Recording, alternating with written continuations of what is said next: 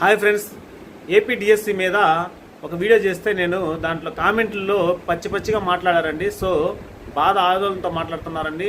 So నేనైతే వాళ్ళని ఏమన్నాను కానీ తెలుసుకోకుండా పిచ్చి కామెంట్లు చేస్తే మీరే నష్టపోతారు. ఎవరికి నష్టం అండి? దయచేసి నేను చెప్పాను, కంప్యూటర్లు తప్పు చేయవండి అన్నాను. తప్పు ఎలా చేస్తాయండి? ఇప్పుడు మీ చేతిలో సెల్ ఫోన్ ఉంది, మీ చేతిలో 3+4 అని కొట్టారు, 7 వస్తుందా 8 వస్తుందండి? సో అది అర్థం చేసుకోవాలి మీరు. ఎంత టెక్నాలజీ వాడుతున్నాం, మన చేతుల్లో టెక్నాలజీ ఉంది, మన ఇంట్లో టెక్నాలజీ ఉంది, మనం భవిష్యత్తు అంతా రాబోయే తరం అంతా టెక్నాలజీతో నిండుతుందండి.